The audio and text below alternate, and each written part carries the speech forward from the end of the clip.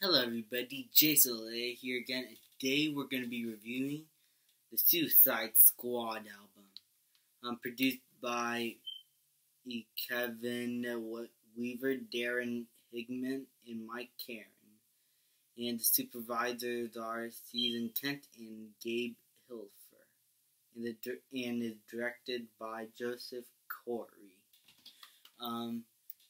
This album received mixed to positive reviews as far as I heard, and I want to see for myself what the album was like. Well, it is very good. In the movie, I thought the music worked great.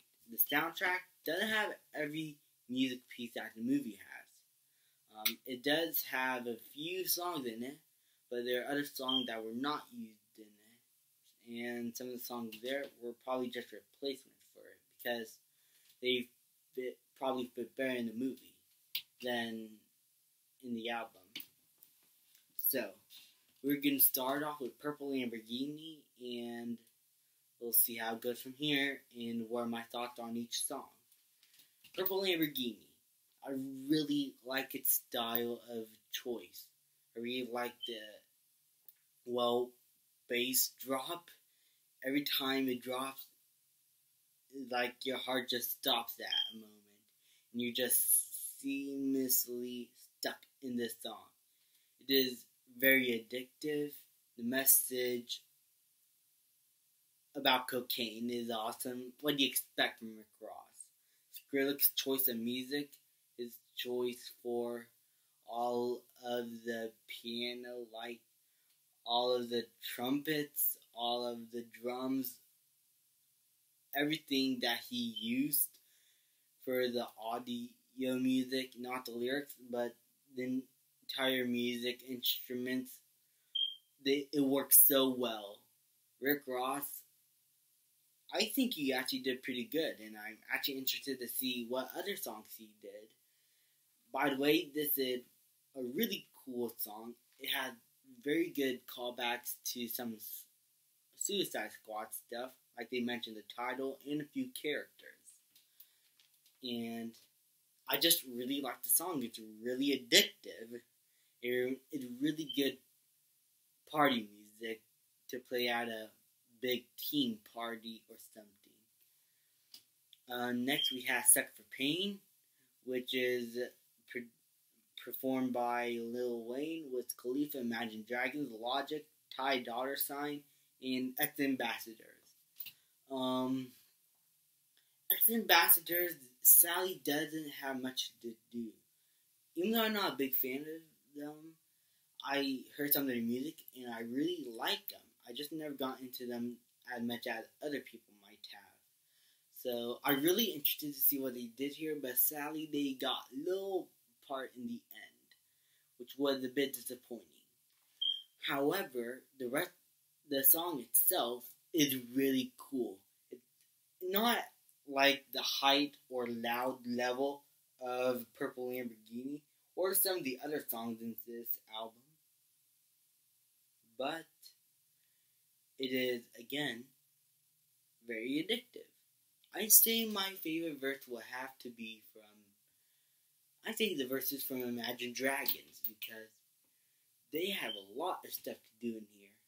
They are like the main performers, and what they have in here, really, really, really good. I'm such a big fan of this band, and I really like what they did with this album.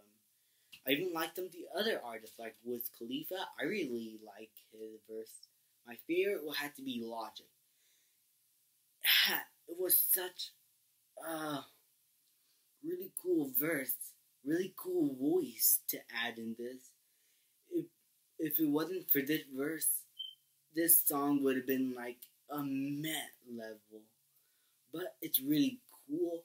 I really like its style that I choose. I really like the instruments in the back. It's just a groovy song to listen to, and it just gets stuck in your head constantly. Heathens, by far the best song in this track. performed by 21 Pilots. These guys are probably gonna be one of my favorite bands. I just started listening to them. I listened to Polarized, Stressed Out. So far, their songs have been really addictive, and this song does feel like a 21 Pilots song, but could also be incorporated well within the movie. I really like how they're able to accomplish this. Instruments in the back, it just builds up each time with each note. The lyrics, so seductive, again, like they always do. I really like its style. I feel like this is more in line with the entire movie than Purple Lamborghini was. Even though it does have a few callbacks, I think this one, within everything, is by far the reason why this is the main song for this film, and I really like it. Standing in the Rain, actually. Standing in the Rain. I don't know. This it is a fine song, but probably the most forgettable. Not really like how do I explain Standing in the Rain? I say the bass drop in instruments doesn't hold well the first time I heard it. But when I saw it in the movie, when I heard it in the movie, I get how it's incorporated well. And the more I listen to it, it gets more addictive. I don't think this is the greatest song in the album. I still think it is a good song to listen to in the album. I find re-listening to over and over again. I really like the lyrics. I really like the singers and voice talents. But I feel like this could have been a little bit better. And coming from great songs like Suck for Pain, Purple Lamborghini, Heathens, this is a bit of a downfall. Gangsta. Some people might hate it because it is not like Heathens or Purple Lamborghini, but I like it for its own thing. Like, I like how it's more slow. I like how the instrument is more simple. It really feels like this is a song for Harley Quinn. And Standing for Rain feel like a song for Deadshot. I really like how they're toned in with each character. Gangster kind of tells how psychotic Harley Quinn is in the movie. How psychotic a person could become. I really like the lyrics in this. I really like the voice talent by Kalina. I think she did a really good job. Overall, again, a bit better than Standing in the Rain, but still not quite up there as the beginning of this album is. No better. Wow, this is where the album really started to pick up.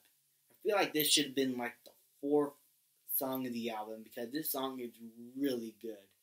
Every beat drop, every lyric, every voice talent, all the instruments in the background is so cool. It is a song that you might hear in a black radio station, and it's a really good song. I really like the last part of the song, the third part, where the lyric kind of go from a little bit more right here in the heart, and it still gives you a really fun vibe, a really cool vibe. I feel like this could be a song for Killer Croc. Then we go to You Don't Owe Me.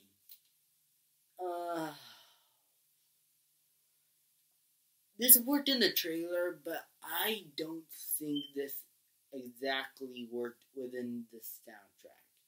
I think this is why they chosen the original song for the movie. This song is, I don't know, G-Eazy kind of ruined it. And Grace, I felt like that their voice talents are a bit, I don't know. I just don't like the feeling of this song. I really don't get why it's included in this soundtrack. It's just not much of a groovy song to put in this. I really feel like this is not the type of song that should be put in this soundtrack. So that was a bit disappointing. And then we get Without Me by Eminem. This song really does fit this. I mean, I know this is a really old song from a while ago, but it still fits within the soundtrack and the movie. I don't think it is in the movie. Was it in the movie? I think it was actually, but I really like it. Really like it. Really cool style. Really cool voice by Eminem. I really like his rap. I've been listening to this song for a while, so I really, really like it, and I'm really happy that this is included in the soundtrack. And then we get Wreak Havoc, which is really, really awesome. I really like the metallic drilling in the background. I really like these instruments in the background. I mean, seriously, this could be like a song for like El Diablo or Deadshot. I mean, I really like what the Skylar Grey. I think she really gave her all in this. I really, really like the choice of instruments. I really like all the lyrics. It is such a cool song to listen to. It gets stuck in your head a lot. And it is, again, just a great... It is just a surprisingly good song. I didn't have really high expectations from the person who sang the second part of Coming Home, but I never listened to Skylar Grey that much, so yeah, really like it. Really deserve to be in it. So far, I really like the soundtrack. There's been a few misses, but so far this is pretty good. Medieval Warfare. I don't know whether I think this is a mess song or an awesome song. The instruments in the background, the whole heavy metal rock stuff is really cool. The lyrics are pretty cool. Our problem is the lyrics aren't loud enough. I feel like the instruments kind of overshadow the lyrics. I feel like you can only listen to this in instrumental. Sometimes I feel like this is just an instrumental version of the actual song. So, it is really cool. I really like it. But I think that this lyrics should have been more louder, because in that way it could have been more epic and more intense. But overall, this is a good song, but it just needed... It had a lot of audio problems. Bohemian. I'm never gonna pronounce that name. I'm never gonna pronounce that title of the song. Performed by Panic at the Disco. This is, again, a really cool cover of the original. I really like it. I feel like, You Don't Owe Me could have been cut out, and this should have been right in number 7. Because this is a really cool song. I really think that this is a really good cover of the original song by the